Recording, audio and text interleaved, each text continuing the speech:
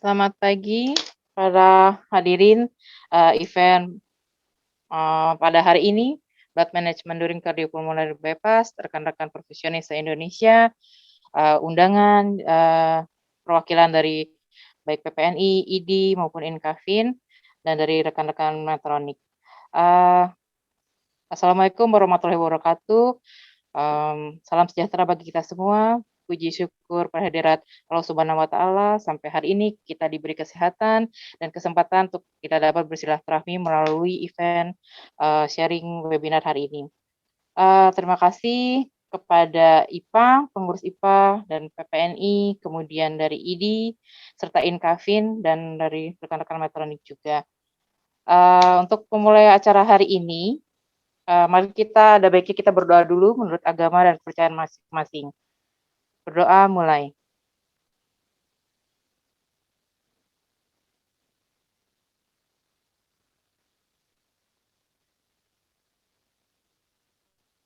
Berdoa selesai. Oke. Untuk lebih hikmatnya lagi, sebelum kita memulai sesi inti dari acara hari ini, ada baiknya kita bersama-sama mendengarkan lagu kebangsaan Indonesia Raya.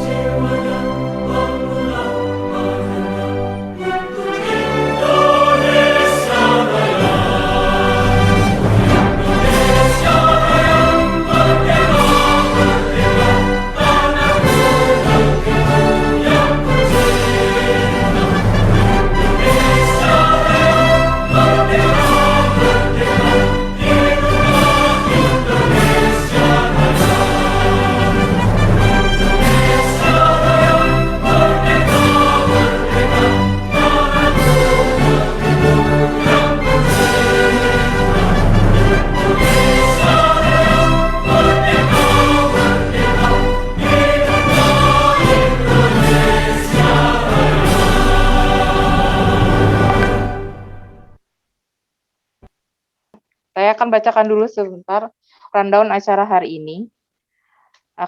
Acara dimulai nanti akan dengan opening dan pretest oleh panitia, kemudian tadi sudah kita dengarkan sama-sama lagu Indonesia Raya. Nanti dilanjutkan ada opening speech dari perwakilan ID yang hari ini akan diwakilkan oleh Ketua ID langsung dari Jakarta Barat, Dr. Cecilia Padang, PhD FACR. Selamat datang, Dok. Terima kasih sudah menyempatkan hadir. Kemudian akan masuk sesi intinya untuk sharing materi. Ada Mas Asep, kemudian dilanjutkan dengan Dr. Kun, dan terakhir dari Mas Ibnu Sofa. Kemudian nanti ada post-test di akhir acara. Sebelum ke acara inti, mari kita dengarkan kata sambutan dari pengurus IPA yang pagi ini akan diwakili oleh Nurse Ibnu Sofa sebagai Ketua IPA. Untuk waktu dan tempat dipersilahkan. Assalamualaikum warahmatullahi wabarakatuh. Waalaikumsalam warahmatullahi wabarakatuh. Selamat pagi, salam sejahtera buat kita semua. Alhamdulillahirabbil alamin, assalatu wassalamu ala asrofil anbiya wal mursalin, sayyidina wa maulana Muhammadin, la haula wala quwata illa billahil aliyyil azim, amma ba'du. Puji syukur marilah senantiasa kita panjatkan kehadirat Allah Subhanahu wa taala atas limpahan rahmat dan hidayahnya, sehingga pada pagi hari ini kita masih diberikan kesempatan untuk bertatap muka dan menimba ilmu bersama tanpa ada satu halangan apapun. Sholawat serta salam tidak lupa senantiasa juga kita aturkan kepada Nabi kita Muhammad SAW. Mudah-mudahan kita termasuk hambanya yang mendapat syafaat di hari kiamat. Amin Allahumma amin. Sebelumnya saya ucapkan terima kasih kepada segenap panitia yang sudah berusaha untuk terselenggaranya acara ini, ya.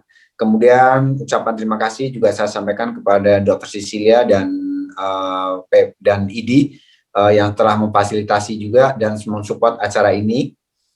Terima kasih juga kepada Inkafin, Ikatan Kardiovaskuler Indonesia yang sudah mensupport acara ini. Terima kasih juga kepada tim dari Medtronic yang sudah mensupport untuk acara ini. Serta terima kasih juga kepada teman-teman seluruh perfusi seluruh Indonesia yang pada pagi hari ini bisa berkesempatan dan mau untuk bergabung dalam acara seminar atau share edukasi terkait dengan cardiopulmonary bypass atau terkait dengan hal-hal yang dekat dengan dunia kerja di kamar bedah operasi berhubungan dengan perfusi. Pada kesempatan kali ini topiknya adalah tentang blood management, ya, dari tentang ada antikoagulan, kemudian ada tentang metabolic management, ada juga tentang nanti tentang cardioplegic yang terakhir. Setelah tempo hari kita sudah belajar tentang ECMO atau extracorporeal membrane oxygenator. Sekarang kita akan belajar tentang khusus ke perfusi, ya. Mungkin nanti Dr. Cecilia ini agak asing dengan perfusi, ya Dok, ya. Jadi karena ini ya, profesi ini hanya ada di rumah sakit yang ada pelayanan bedah jantung, Dok. Jadi kalau rumah sakit yang belum ada bedah jantungnya memang belum memiliki perfusi. Nah, nanti perfusi ini dia bertanggung jawab untuk mengontrol, mengatur dan manajemen fisiologi tubuh, mengatur oksigen, mengatur karbon dioksida, mengatur cairan. Karena pada waktu operasi bedah jantung ini jantungnya diberhentikan atau dimatikan. Nah, sirkulasinya diambil alih oleh perfusi ini. Nah, jadi kita bekerjanya atau peran kita sehari-hari seperti itu, Dok. Mungkin kurang lebihnya seperti itu. Mungkin tidak perlu panjang lebar apa yang saya sampaikan. Saya hanya berharap mudah-mudahan acara ini bisa bermanfaat buat teman-teman semua. Dan kami dari IPA juga terbuka kalau ada usulan topik apa yang kita bahas, siapa yang ingin share, kita terbuka supaya banyak nanti pembicara-pembicara yang lain nih bermuncul-munculan, ya. Jadi supaya merata. Mungkin di next event atau di lain kesempatan kita akan membahas lagi dengan topik yang berbeda, dengan pembicara yang berbeda. Karena tujuan kita adalah sharing untuk kebaikan pasien. Mungkin itu saja, mudah-mudahan bermanfaat. Mudah-mudahan teman-teman bisa menimba ilmu, ya, di acara di sini. Kurang lebihnya sambutan dari saya cukup sekian. Saya akhiri, wabillahi taufiq wal hidayah. Wassalamualaikum warahmatullahi wabarakatuh. Waalaikumsalam. Saya kembalikan ke Kak Putri. Silakan. Ya, terima kasih Mas Alfa atas sambutannya. Kemudian untuk yang berikutnya adalah kita masuk ke sambutan yang kedua kepada Dr. Cecilia Padang, PhD FACR sebagai perwakilan dari ID Jakarta Barat. Untuk waktu dan tempat dipersilakan, Dok. Terima kasih. Assalamualaikum warahmatullahi wabarakatuh. Selamat pagi, salam sejahtera, salam sehat semua. Saya pertama-tama tentu saya mengucapkan terima kasih, ya, kepada, saya lihat di sini ada beberapa perhimpunan yang turut dalam acara pada pagi hari ini. Kita lihat di sini ada PPNI, ada Inkafin, ada terutama IFA, ya. Memang saya masih asing, ya, seperti tadi dikatakan bahwa saya masih asing sekali. Apa sih ini Perfusionist Association? Soalnya saya sendiri adalah rheumatologist, sehingga saya juga bukan seorang kardiolog, ya, jadi saya juga nggak tahu, ya. Tapi kita gembira sekali pada hari ini kita ada acara webinar seperti ini, di mana ini akan menambah wawasan kita, apa sebenarnya yang dilakukan, dan sebagainya, dan sebagainya. Terima kasih saya kepada para pembicara kita hari ini, Bapak Asep Muhammad Suryadiansyah, SKEP, kemudian Dr. Kun Alfi Abbas, SP Anestesi, dan kepada Bapak Ibnu Sofa, SKEP Nurse. Ya. Di sini kita bersama-sama ya, tentu saja ingin mengetahui juga anticoagulation management during CPD, tentu saja berbeda dengan yang kita lakukan sehari-hari ya Pak ya. Gembira sekali di Jakarta Barat menyambut baik acara-acara seperti ini dan bisa bekerja sama dengan kita. Sekedar informasi dari ID Jakarta Barat saja di era pandemik ini bahwa kita di Jakarta Barat telah membentuk tim Satgas Penanggulangan COVID-19 sejak bulan Maret tahun 2020, sejak dinyatakan adanya pandemi. Kemudian juga tim mitigasi, di mana kita merupakan bagian dari tim mitigasi PBID dan ID wilayah DKI, dan yang tujuannya adalah untuk membantu para teman sejawat dan nakes yang terserang COVID-19 ini. Untuk itu apabila ada kasus-kasus seperti ini mohon dapat dilaporkan baik ke ID maupun ke suku dinas kesehatan. Dan yang terakhir adalah kita telah membentuk tim vaksinator ya, di mana banyak sekali permintaan bantuan untuk melakukan vaksinasi ya, karena kita tahu bahwa target vaksinasi sekarang meningkat, bahkan mulai hari Senin itu diharapkan di Jakarta Barat bisa dilakukan pada 800 orang yang akan divaksinasi. Jadi kita harus mensukseskan vaksinasi ini, tidak perlu ragu ya. Saya kira mungkin di bidang kardiologi juga banyak sekali ya terkait dengan dok boleh nggak saya divaksinasi atau tidak ya. Kita mohon bantuannya untuk kita dapat lakukan dengan seaman mungkin. Baik itu mungkin dari ID, dan juga saya sampaikan bahwa ID Jakarta Barat tetap menyiapkan APD apabila diperlukan secara gratis bagi anggota ID cabang Jakarta Barat. Silakan menghubungi sekretariat dan mintakan ke Mas Agri. Yang lain adalah bahwa KTA sangat menjadi masalah sekarang karena semua mengatakan bahwa KTA-nya terlambat, tetapi KTA ini sekarang akan dikirim langsung oleh PBID karena kita ganti dengan smart card, di mana smart card ini akan menjadi pengganti kartu ID kita KTA dan juga bisa dipakai untuk mengupload P2KB dan untuk pembayaran daripada iuran. Baik, untuk tidak membuang waktu, saya bisa lanjut Mbak Ayu dengan ethics in daily medical practice. Silakan dok, silakan dilanjutkan. Ya, saya share screen ya, yang saya sampaikan. Assalamualaikum warahmatullahi wabarakatuh, salam sehat, salam 5M, selamat menunaikan ibadah puasa bagi yang menunaikan ibadah puasa. Terima kasih, selamat pagi.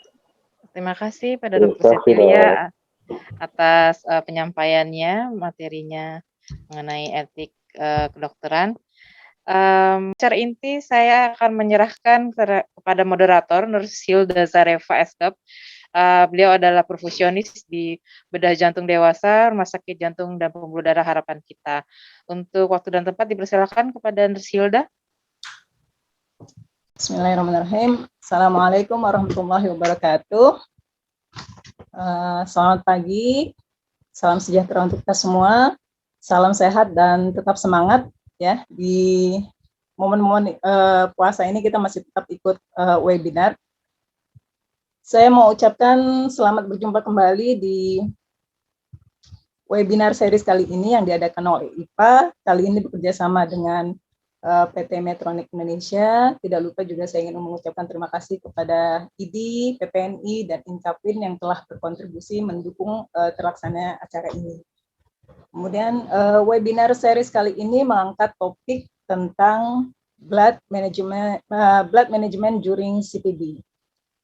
Sekilas sebagai pengantar bahwa perfusionis itu merupakan bagian yang esensial dalam bedah jantung, di mana perfusionis bertugas dan bertanggung jawab memberikan support jantung dan paru pada pasien-pasien yang akan dilakukan bedah jantung yang menggunakan mesin CPD.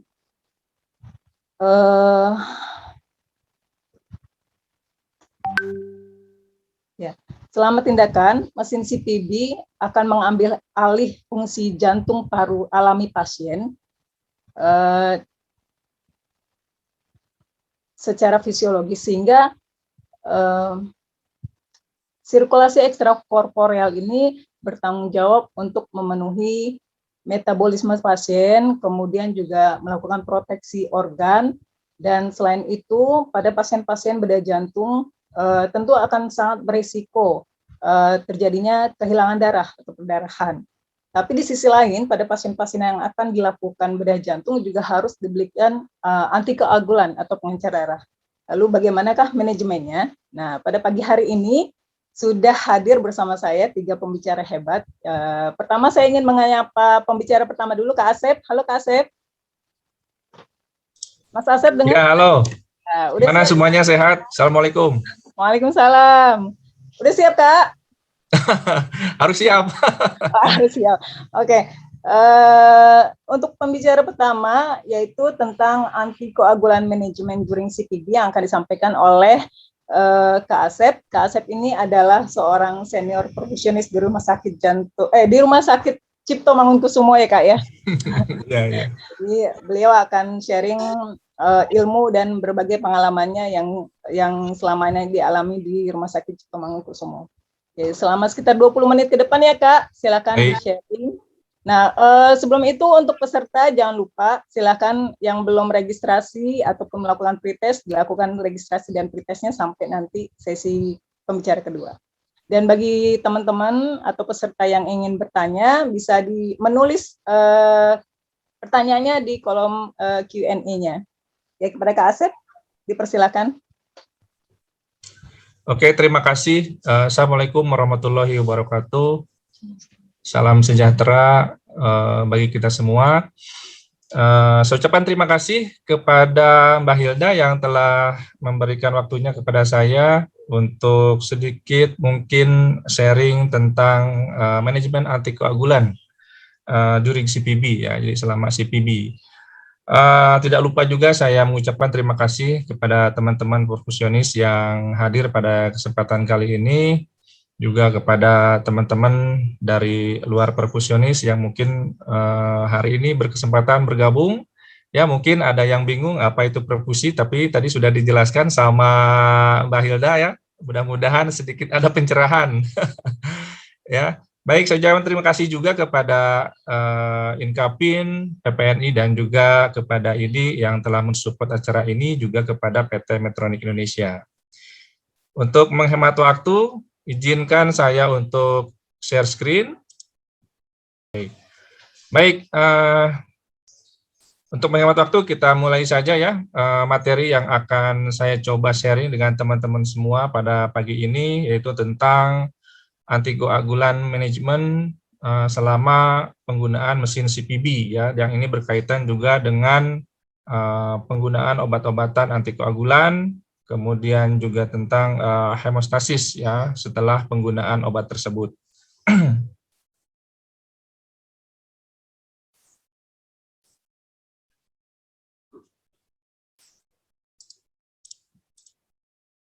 Baik, sebagai pengantar bahwa penata laksanaan hemostatik pada pasien yang menjalani operasi jantung ya merupakan masalah yang sangat kompleks ya. Mungkin berbagai center di Indonesia ini punya pengalaman sendiri-sendiri tentunya ya, yang menurut saya sangat sangat menarik ya. Dengan setiap permasalahannya pasti menemukan permasalahan yang berbeda-beda ya, yang sesuai dengan karakteristik dari unitnya masing-masing, di mana permasalahan ini sebetulnya harus dijaga keseimbangannya ya, biasanya di antara antikoagulan untuk kardiopulmonary bypass ya, bagaimana penggunaan antikoagulan selama bypass, jangan sampai terjadi clotting pada oksigenator kita, pada sirkuit kita.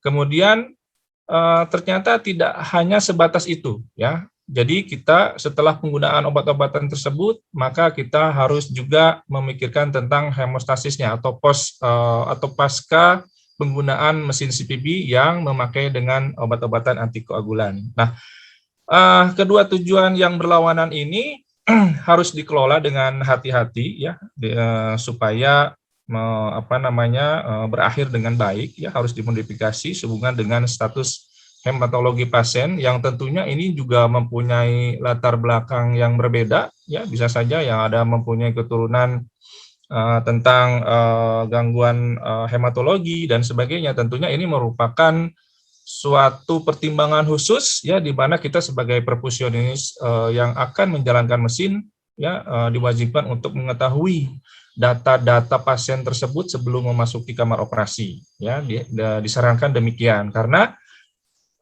dengan mengetahui data pasien sebelumnya kita akan bisa menentukan kira-kira strategi apa nih tentang antikoagulan yang akan kita pakai atau yang akan kita jalankan selama penggunaan dari mesin CPB tersebut. Oke, kemudian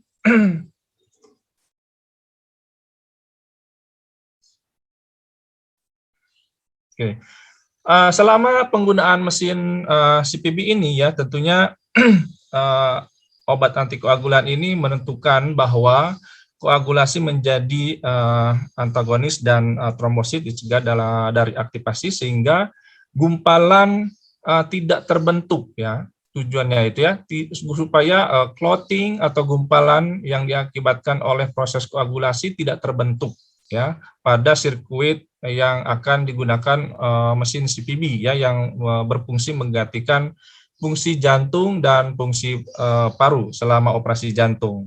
Kemudian setelah operasi ya, kelainan koagulasi, disfungsi trombosit dan fibrinolisis dapat terjadi ya. Kemudian itu menciptakan situasi di mana integritas hemostatik harus segera kita kembalikan seperti itu ya.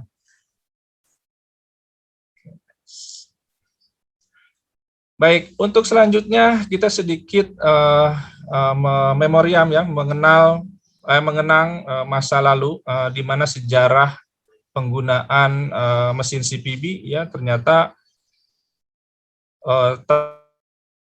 tahun 1885 prototipe heart-lung mesin sudah ditemukan ya. Kemudian khusus pada pembahasan kesempatan kali ini tentang obat antikoagulan ternyata sudah dicoba atau ditemukan sejak tahun 1916.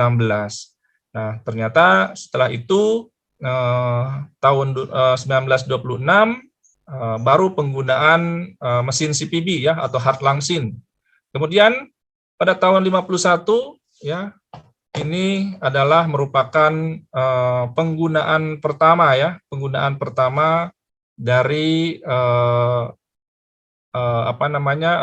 mesin CPB ya, kemudian menggunakan kardiotomi ya, tetapi ternyata pasiennya tidak sembuh ya atau tidak selamat. Kemudian nah, yang paling krusial adalah yang terakhir ini tahun 52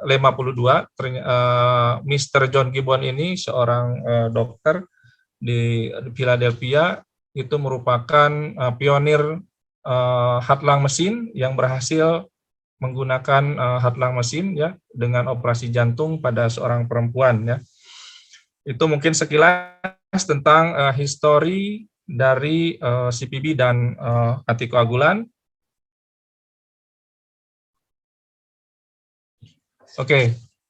Untuk selanjutnya kalau kita lihat dari slide ini, mohon maaf mungkin yang baru lihat agak sedikit pusing, ini apa jalur kereta api atau apa ini ya, banyak sekali garis-garis yang menghubungkan. Nah, ternyata ini adalah skema dari penggunaan atau sirkuit dari CPB ya. Ini di mana ada jantung ya, ini adalah misalnya jantung pasien, di mana sirkuit pertama kali atau darah pertama kali keluar dari tubuh pasien atau dari jantung melalui kanula, kemudian masuk ke venous return ya menggunakan selang, kemudian ditampung sementara di reservoir ya, dari reservoir kemudian masuk ke mesin CPB ya.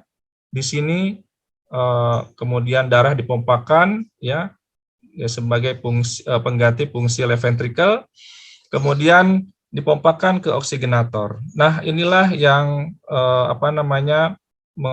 sebagai pengganti fungsi paru-paru, ya, karena selama operasi jantung paru-paru kita berhentikan supaya tidak ada gerakan yang mengganggu dokter bedah jantung dalam melakukan koreksi terhadap kelainan-kelainan jantung. Nah, setelah dikasih oksigen,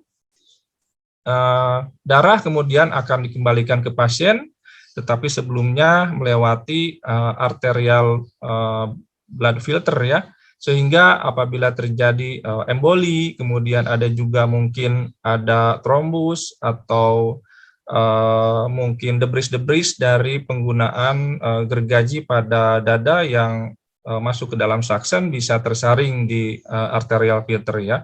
Nah, kemudian darah yang keluar dari sini itu darah yang diharapkan darah yang sudah bersih dari dari debris, dari trombus dan dari udara, kemudian akan dikembalikan ke pasien melalui aorta dan ke seluruh tubuh dan terus seperti itu, ya, selama operasi jantung berlangsung. Nah, sebetulnya pada kesempatan kali ini yang ingin saya sampaikan adalah bahwa ternyata proses koagulasi itu dimulai sejak kanulasi, ya, sejak kanulasi, di mana kanulasi yang pertama dilakukan adalah pada aorta, ya, di mana ada benda asing, ya, ada benda asing yang sudah masuk ke dalam tubuh pasien. Maka disitulah terjadi proses koagulasi, ya, di mana kalau misalnya kita tidak prepare dengan penggunaan obat antikoagulan akan terjadi proses koagulasi, di mana hal tersebut bisa membahayakan terhadap pasien bila terjadi trombus, bisa masuk ke pasien, masuk ke pembuluh darah otak misalnya, bisa akan terjadi stroke seperti itu. Ya, dari semua skema ini, ya, dari semua skema ini adalah benda asing, ya, benda asing yang bisa menyebabkan faktor koagulasi terhadap pasien tersebut, ya. Oke, selanjutnya adalah koagulasi pathway yang normal, ya, pada tubuh manusia, di mana berbagai faktor koagulasi berpartisipasi dalam serangkaian reaksi pengaktifan yang diakhiri dengan pembentukan gumpalan tidak larut, ya. Kemudian seluruh proses penguatan dapat dibagi secara umum, ya, secara umum dapat dibagi menjadi 4 bagian. Yang pertama adalah fase kontak, yang kemudian adalah fase di mana dimulainya intrinsic pathway, kemudian ada juga extrinsic pathway dan bergabung menjadi common pathway. Nah, baik, tadi bicara soal pathway, ya, di mana kita mungkin sedikit refresh tentang kaskade dari koagulasi, di mana kalau kita lihat di sini ada jalur intrinsic pathway, kemudian ada juga extrinsic pathway dan common pathway, ya. Nah, di mana ketika pada jalur intrinsic pathway tersebut, ya, dimulai sejak kontak antara benda asing tersebut terhadap darah, ya. Misalnya kalau misalnya pada operasi jantung, ya, mungkin pada saat mulai insisi, ya, mulai insisi sterotomi itu karena sudah kontak, ya, mungkin ada pisau, ada suction, itu sudah mulai terjadi proses koagulasi. Nah, di mana kontak tersebut akan mengakibatkan teraktivasinya kininogen atau kallikrein, ya, di mana pengeluaran zat enzim tersebut yaitu akan mengaktifasi faktor 12, ya, menjadi 12A, kemudian faktor 12A juga mengaktifasi faktor 11 menjadi 11A, kemudian faktor selanjutnya adalah faktor 9 ke 9A, kemudian juga mengaktifasi faktor 8 menjadi faktor 10 menjadi 10A. Nah, kemudian di jalur ekstrinsik, ya, di mana misalnya terjadi tadi insisi dan trauma terhadap pembuluh darah misalnya. Nah, maka hal tersebut akan mengaktifasi daripada faktor 7 menjadi faktor 7A. Ya, kemudian makanya disebut dengan tisu faktor. Kemudian faktor 7A juga akan mengaktifasi faktor 10 menjadi 10A. Nah, kemudian bertemu menjadi common pathway, di mana faktor 10A ini ya mengaktifasi protombin, ya, mengaktifasi protombin untuk menjadi trombin atau faktor 2A. Nah, bila setelah trombin keluar, maka akan mengaktifasi fibrinogen untuk merubah menjadi fibrin atau faktor 1A, ya. Kemudian bersama dengan fibrin ini kemudian mengaktifasi daripada faktor 13 menjadi kemudian lebih ke bawah lagi cross-link fibrin clot. Jadi terjadi pembentukan clotting, ya, atau pembekuan terhadap darah seperti itu. Oke. Selanjutnya adalah tentang fase kontak. Di mana permukaan pembuluh darah yang rusak tadi ya memperlihatkan matrik kolagen yang memulai aktivasi permukaan protein koagulasi. Kemudian faktor 12 mengikat bahan kolagen yang bermuatan negatif ya, dan secara otomatis diaktifkan menjadi faktor 12A ya, seperti yang saya bilang tadi. Kemudian tadi ada terjadi kininogen dengan berat molekul yang tinggi ya, mengikat prekallikrein ya, dan faktor 11 ke permukaan. Kemudian faktor 12A membagi faktor 11 menjadi faktor 11A ya, dan prekallikrein untuk menjadi kallikrein. Kemudian di jalur intrinsik ya, di jalur intrinsik bahwa hasil intrinsik pathway ini ya merupakan faktor 10A dari produk aktivasi permukaan tadi ya, kemudian dari 11A mengubah faktor 9 menjadi faktor 9A dengan bantuan kalsium ya. Kemudian dari faktor 9A ya mengaktifasi dari faktor 10 dengan adanya kalsium dan faktor dari 8A. Nah, kalau kita lihat dari jalur ekstrinsik ya, bahwa aktivasi faktor 10 juga dapat dicapai secara independen ya, bisa langsung mengeluarkan zat ekstrinsik ke pembuluh darah ya. Dimana kalau kita lihat di sini misalnya terjadi robekan ya pada pembuluh darah, di mana terjadi robekan, maka dia akan merangsang platelet release ya, atau chemical platelet release, kemudian akan membentuk clotting factor ya. Kemudian dari ini akan terjadi platelet plaque ya, di mana terjadi penggumpalan dengan sel darah merah ya. Kemudian selanjutnya tadi akan mengaktifasi protombin menjadi trombin, dan trombin ini akan mengaktifasi fibrinogen menjadi fibrin ya.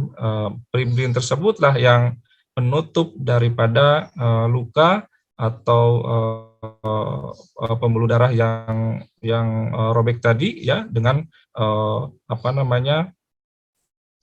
faktor-faktor yang berperan terhadap pembekuan darah ya. Selanjutnya adalah di jalur common pathway ya, di mana dimulai dari faktor 10A ya, kemudian memisahkan protombin menjadi trombin, kemudian kalsium dan faktor 5A ya diperlukan untuk proses tersebut.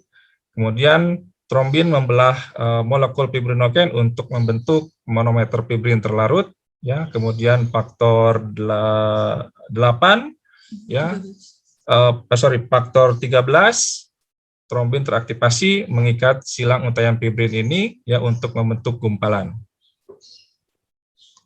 Oke, selanjutnya adalah terjadi fibrinolisis ya, di mana fibrinolisis adalah pelarutan fibrin, ya, ini terjadi di dekat bekuan dan melarutkan saat terjadi penyembuhan terhadap endotel. Kemudian ini dimediasi oleh serin protease plasmin yang dihasilkan oleh plasminogen dengan bantuan aktivator plasminogen jaringan atau TPA, ya.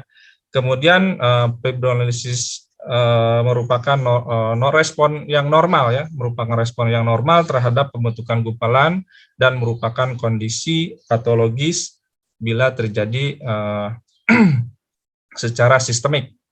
Baik, untuk selanjutnya mungkin teman-teman semua sudah pada tahu apa itu heparin, ya, yang sehari-hari kita gunakan untuk penggunaan antikoagulan pada mesin kardiopulmonary bypass, ya, di mana heparin ini mungkin sedikit saya gambarkan bahwa heparin ini merupakan antikoagulan, ya, atau blood thinner, ya, yang mencegah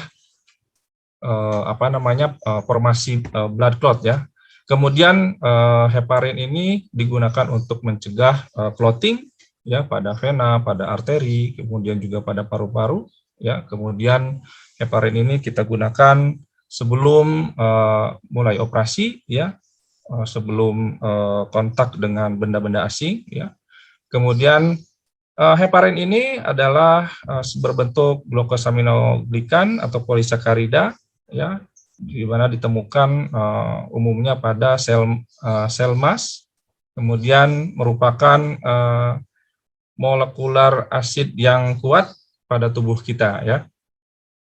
Nah, kemudian ternyata molekulnya itu tidak sama, ya, ternyata berbentuk heterogenes molekul, ya, beratnya kurang lebih di antara 3.000 sampai 40.000 Dalton, ya. Kemudian dari setiap batch heparin atau yang diproduksi ternyata mempunyai aktivitas yang berbeda, ya, per miligramnya. Nah, makanya mungkin ini tergantung teman-teman semua di rumah sakitnya menggunakan heparin jenis atau merek apa, ya, mungkin ini akan berbeda juga, ya, level aktivitasnya.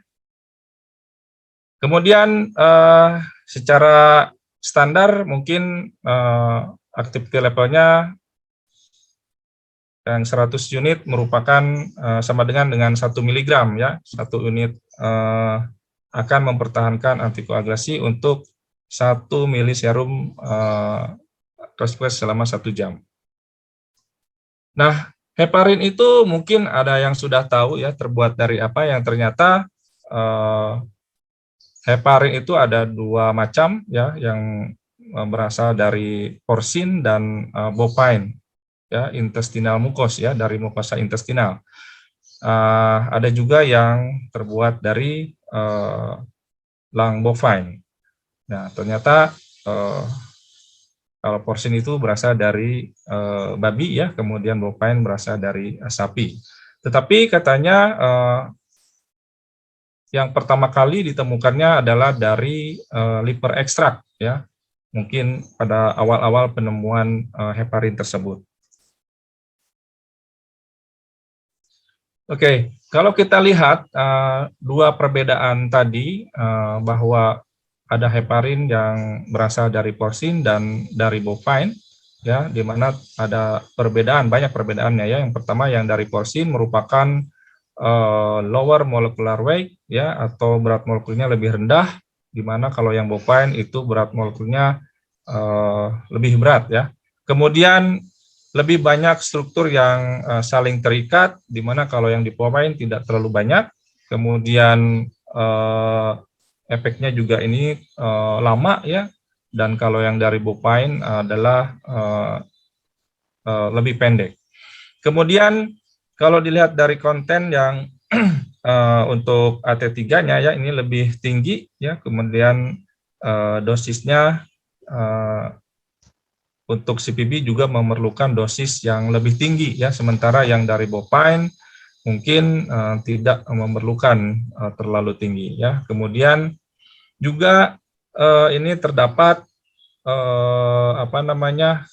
insiden yang yang lumayan tinggi terhadap hemorrhagic, ya, kemudian juga terdapat insiden trombositopenia ya, yang diinduksikan oleh heparin, ternyata yang dari porsin ini lebih rendah dibandingkan dengan yang bovine. Nah, kita kenal. Kak Asep, halo. Ya. Nah, waktunya 5 menit lagi ya. Oke, terima kasih. Baik, untuk selanjutnya heparin ini ada masa hidupnya ya. Tergantung, ternyata heparin ini tergantung dose dependent ya, di mana ini merupakan banyak faktor ya yang mempengaruhinya ya, termasuk dari kondisi pasien tersebut. Nah, kalau kita lihat di sini dosis yang tinggi itu bertahan kurang lebih mungkin 1,5 jam ya, atau 126 menit, 126 menit kurang lebih. Kemudian kalau kita menggunakan dosis yang 200 kurang lebih half life-nya 93. Kemudian kalau kita menggunakan dosis yang 100 bisa lebih berkurang lagi ya, cuman sampai kurang lebih 1 jam.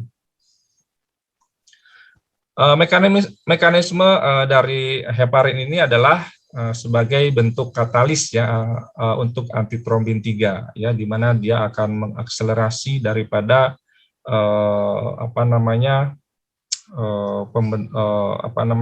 mempercepat netralisasi daripada trombin ya. Kemudian faktor 10, 9A, 11A dan juga 12A, ya, kemudian juga 7A ya.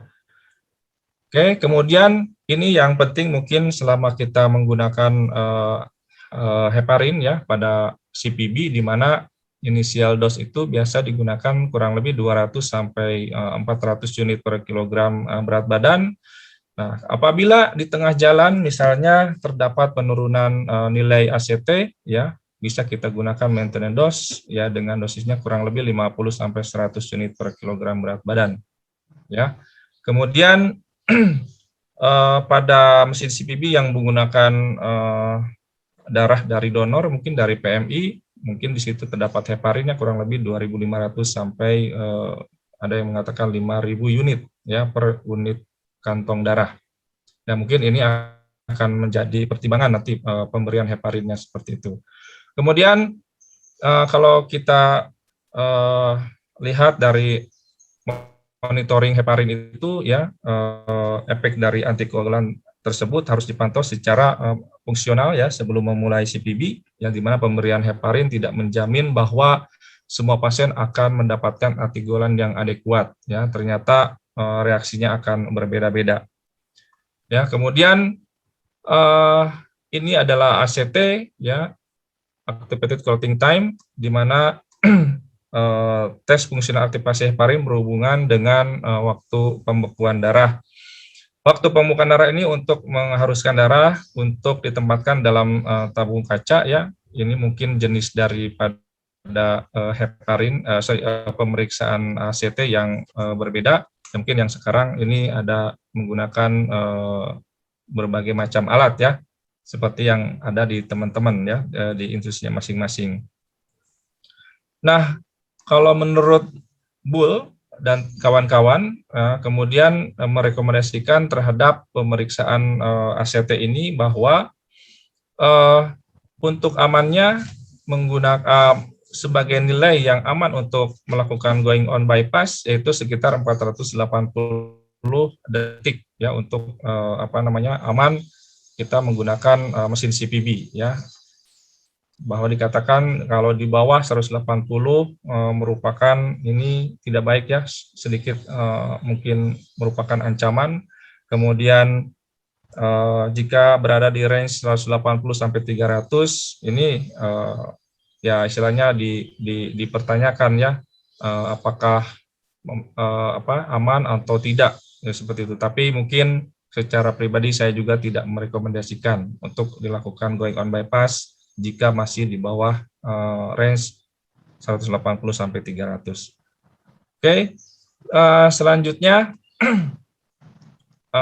mungkin yang sekarang dipakai ini mungkin berbeda-beda ya dari masing-masing institusi, tetapi secara umum mungkin bisa dilihat di sini bahwa penggunaan heparin ya menurut Gepli itu sekitar 300 unit per kilogram berat badan ya. Kemudian diberikan secara IV. Kemudian setelah 3 sampai 5 menit dilakukan pemeriksaan ACT ya. Kemudian berikan heparin tambahan untuk mencapai ACT lebih dari 300 detik selama CBB ya dengan suhu normal ya, dan lebih dari 400 detik pada hipotermia mungkin di bawah 30 derajat Celcius. Kemudian sirkuit ekstrakorporeal ini ya dengan menggunakan priming kita bisa tambahkan dengan patokan 3 unit cc heparin ya. Kemudian minimal ya, ini minimal diperiksa ACT setiap 30 menit ya, minimal ya, seperti itu. Walaupun memang pada kenyataannya kita juga kadang-kadang sudah punya feeling tersendiri ya, kadang-kadang lebih dari 30 menit. Oke, ini adalah keterbatasan dari pemeriksaan ACT ya, di mana sangat dipengaruhi oleh hipotermia dan juga hemodilusi ya. Juga mungkin ini zaman sekarang sudah mulai ditinggalkan ya aproteinin ya. Nah, oke. Selanjutnya adalah bagaimana kalau terjadi heparin resisten ya, di mana heparin resisten ini merupakan ketidakmampuan untuk meningkatkan nilai ACT ya ke tingkat yang diharapkan meskipun heparin dalam dosis dan konsentrasi plasma yang memadai ya. Nah, kondisi ini mungkin berhubungan dengan defisiensi AT3 ya, makanya kita di awal kita harus bisa meriksa pasien apakah punya riwayat ada defisiensi AT3 atau tidak. Kemudian mungkin sebelumnya mendapatkan terapi heparin yang berkelanjutan, kemudian terjadi trombositosis ya yang sangat ekstrim, mungkin bisa di bawah 20.000 dan sebagainya, atau mungkin karena keadaan sepsis ya, seperti itu. Nah, akibat penggunaan heparin ini ya tentu saja akan mengakibatkan bleeding, kemudian heparin induced thrombocytopenia ya. Nah, ini mungkin harus kita hati-hati ya dalam penggunaan heparin tersebut. Nah, bagaimana kalau misalnya terjadi kita mempunyai pasien yang trombositopenia? Apakah bisa diganti dengan yang lain? Sejauh ini terus terang aja kami di RSCM ya tidak pernah mengalami atau sempat menggunakan selain heparin. Ya, tetapi kalau dari literatur ternyata bisa menggunakan, dan ini sudah dicoba ya, walaupun dengan berbagai kekurangannya ya. Bisa menggunakan yang low molecular weight heparin ya. Kemudian ada juga dematan sulfat ya, kemudian hirudin, kemudian ada juga yang ini mungkin lebih ekstrim lagi menggunakan angkrot yang berasal dari bisa ular ya kalau nggak salah, atau menggunakan streptokinase. Yaitu mungkin beberapa alternatif yang yang bisa digunakan ketika tidak ada heparin. Tetapi rasanya untuk saat ini ya, selama saya berperan sebagai perfusionis tidak pernah mengalami kekurangan heparin ya. Jadi terus terang belum pernah atau tidak punya pengalaman menggunakan selain heparin. Oke, kemudian bagaimana dengan heparin coated? Nah, ini sebetulnya mungkin dari teknologi yang sekarang ini ke depan, bahwa sudah banyak sekali sekarang penggunaan yang sirkuit atau oksigenator yang menggunakan heparin coated. Ternyata sudah mengalami penelitian bahwa ini sangat membantu ya, sangat membantu sekali, dan ini sangat baik ya apabila penggunaan ini akan terus pengadaannya dilakukan ya, tidak hanya pada oksigenator saja tetapi pada sirkuitnya ya, sehingga bisa membantu mengurangi proses koagulasi.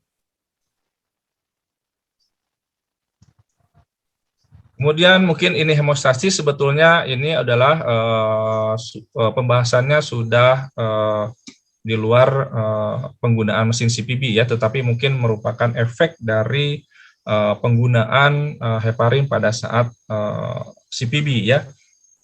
Kemudian hemostasis ini adalah merupakan respon tubuh ya terhadap cedera vaskuler, di mana dipengaruhi oleh 3 komponen, yaitu vaskuler endotelium, platelet, dan juga kaskade koagulasi ya.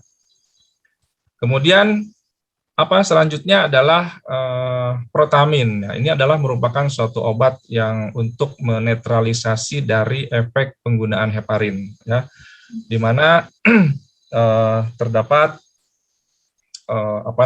dosisnya ya kurang lebih yang direkomendasikan adalah 1 sampai 1,3 mg protamin ya untuk 100 unit heparin seperti itu, atau berapa jumlah total dari penggunaan heparin ya. Nah, dosisnya adalah 1 sampai 1,3 mg ya. Kemudian ini adalah protamin reaksi bisa menyebabkan peningkatan pembuluh darah paru ya. Kemudian juga peningkatan CPP ya. Kemudian terjadi penurunan daripada left atrial dan systemic atrial pressure ya, di mana yang bisa menyebabkan ini mungkin kemungkinan dari farmakologi, jadi reaksi terhadap histamin rilis ya. Oke, kemudian bisa juga karena anafilaksis. Selanjutnya juga protamin tidak boleh diberikan lebih cepat ya, 5 mg per menit ya. Kemudian atau dosis rata-ratanya lebih dari 200 tidak lebih dari 200 mg dalam 40 menit.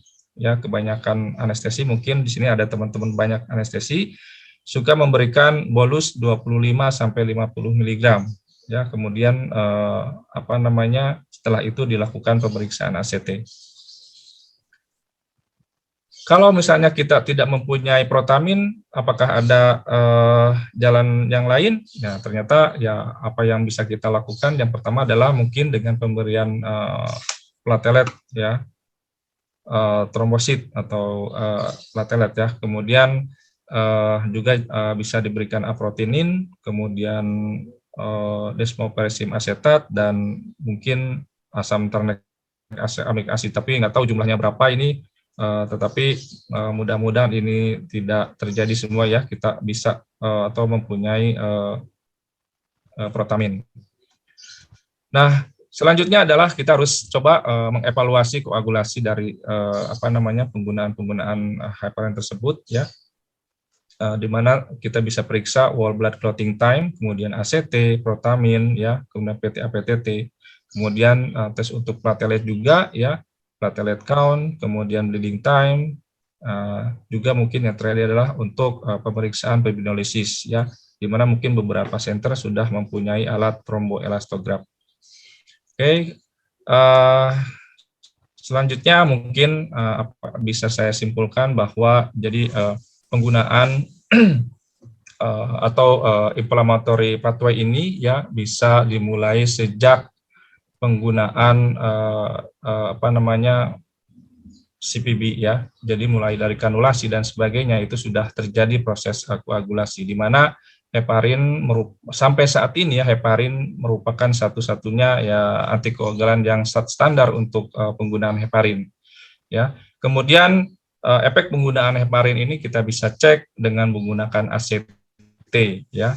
Bagaimana kalau tidak ada ACT ya, bisa menggunakan PTA-PTT, tapi tetap yang paling menjadi standar adalah penggunaan ACT ya, seperti itu.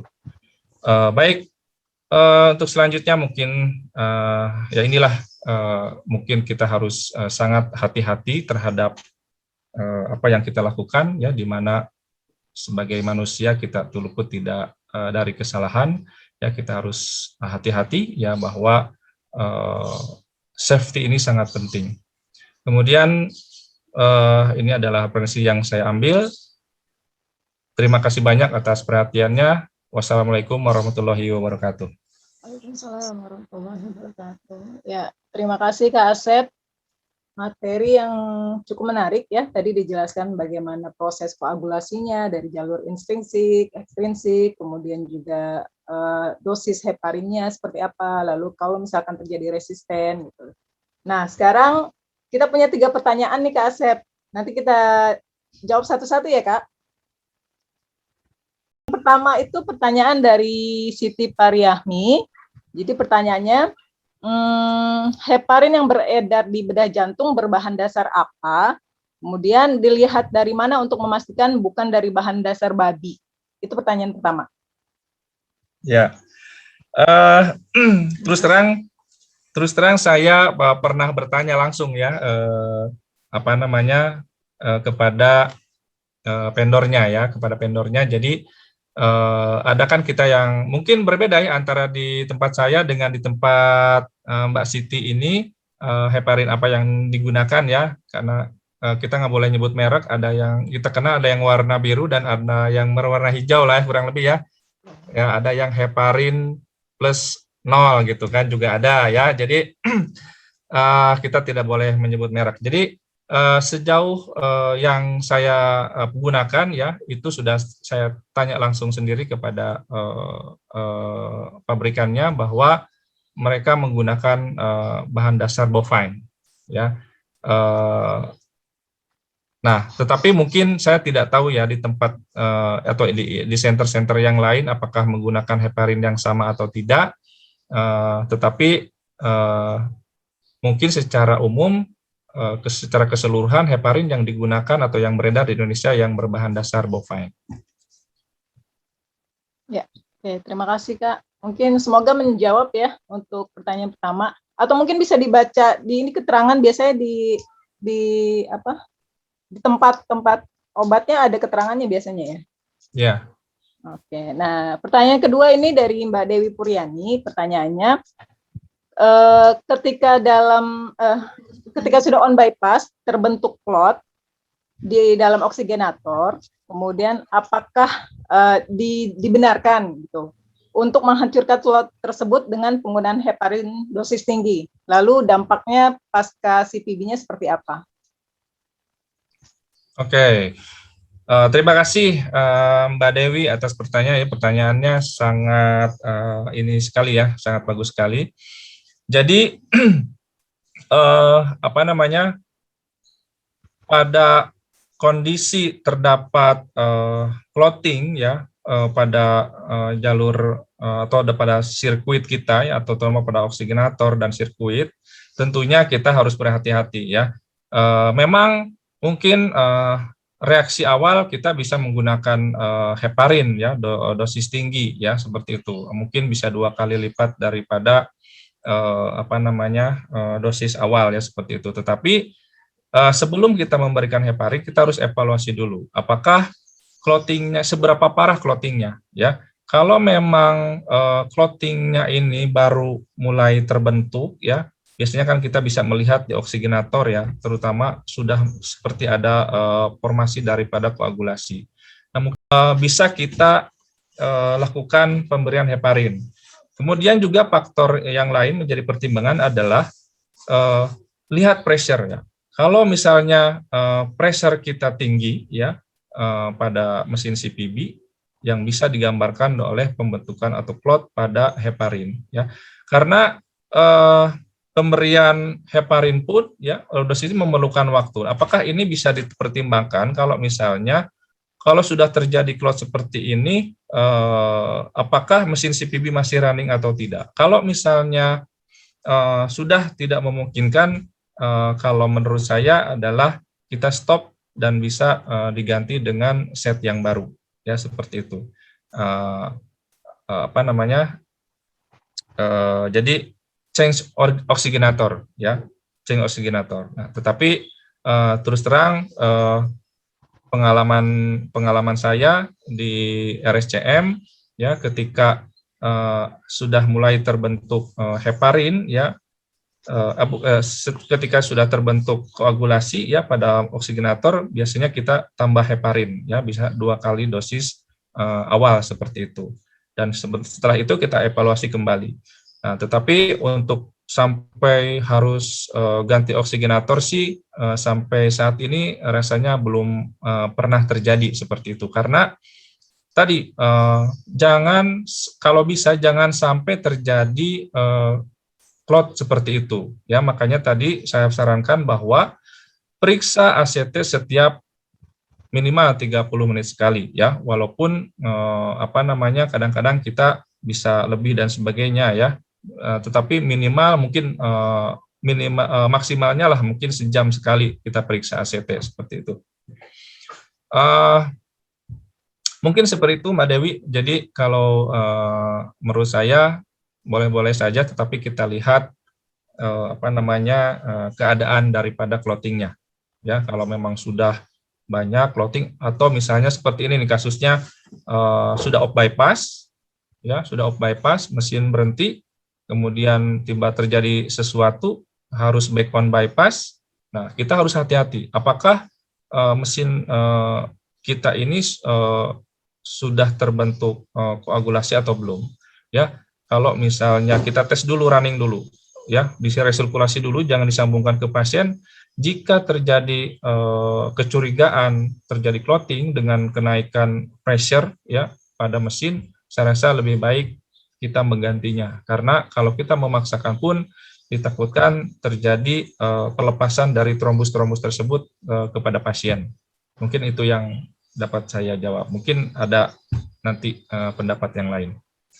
Baik, terima kasih Kak Asep. Selanjutnya ada tinggal 2 pertanyaan lagi nih. Yang pertama itu dari Mbak Siti Alia. Berapa nilai ACT maksimal yang ditolerir di CPB? Kalau ternyata ACT-nya lebih dari 1.500, apakah ada pengaruhnya nanti ke pasien? Yang pertama. Yang ketiga. Keempat, pertanyaan dari Bu Rina. Untuk di RSCM sendiri nih Kak Asep, pemberian protamin itu masih menggunakan kurva atau tetap menggunakan rasio dosis heparin?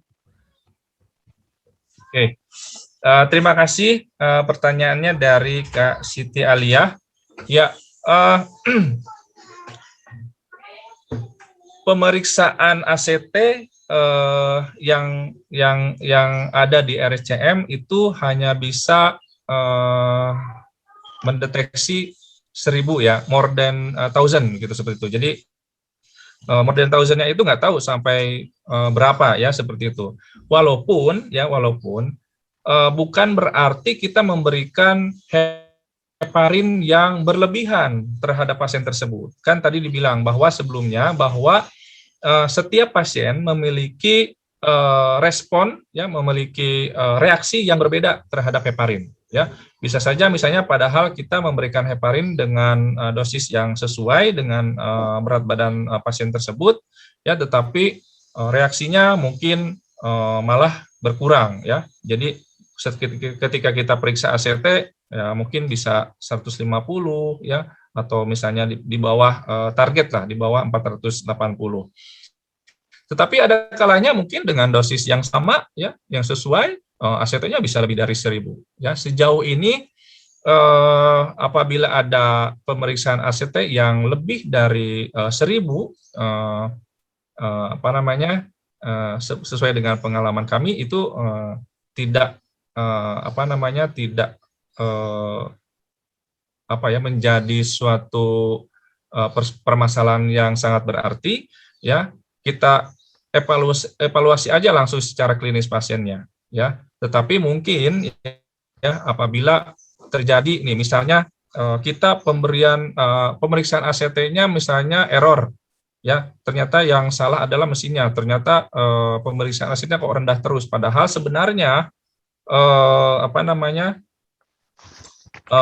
heparin yang kita berikan itu sudah berlebih ya, misalnya seperti itu. Nah, mungkin saya bilang ya itu tadi efek samping daripada heparin tersebut ya. Jadi kalau terlalu berlebihan ya penggunaan heparin ya mungkin saja bisa terjadi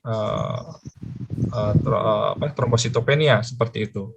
Tetapi kan walaupun berapapun dosis heparin yang diberikan, kita catat dan kita kasih tahu ke anestesiologis kita penggunaan heparin berapa, dan nanti dokter anestesi akan memberikan obatnya ya, antidotnya ya, yaitu protamin yang akan dikalkulasikan jumlah heparin yang diberikan. Mungkin seperti itu. Kemudian selanjutnya dari Ibu Rina ya, Ibu Rina. Apakah di RSCM untuk pemberian protamin menggunakan kurva atau tetap menggunakan rasio dosis heparin? Untuk saat ini, sampai saat ini ya, kita masih menggunakan dosis heparin, rasio dosis heparin. Ya, dari dokter anestesi ya, masih menggunakan rasio dosis heparin. Atau mungkin di harapan kita sudah menggunakan kurva, saya belum tahu juga. Oke. Ya. Baik, terima kasih Kak Asep. Sebenarnya masih ada satu pertanyaan nih Kak, tapi berhubung waktunya udah mepet, nanti Kak Asep bisa jawab di forum Q&A aja ya. Oke, boleh. Nah, sebelum diakhiri nih Kak, bisa ngasih closing statement nggak nih dari untuk yang topik yang pertama ini dari Kak Asep kira-kira? Baik, terima kasih. Mungkin untuk yang terakhir, sebenarnya penggunaan antikoagulan ini adalah merupakan suatu kewajiban ya, tidak bisa dihindari ya, walaupun kita tahu ada efek sampingnya, tetapi pada pasien yang menjalani operasi jantung dengan menggunakan mesin CPB itu sampai saat ini heparin merupakan obat antikoagulan yang masih sangat direkomendasikan ya. Kita tidak merekomendasikan selain heparin ya sampai saat ini, kecuali heparinnya memang tidak ada dan dalam keadaan emergensi. Kalau masih ada heparin, saya rekomendasikan menggunakan heparin ya, tidak dengan yang lain seperti itu. Kemudian efek dari heparin ini ya harus kita hati-hati ya. Makanya kalau misalnya kita pada persiapan operasi jantung tidak mempunyai pemeriksaan ACT atau ACT-nya sedang rusak, lebih baik mungkin operasinya ditunda saja sampai pengadaan alat tersebut benar-benar ada. Karena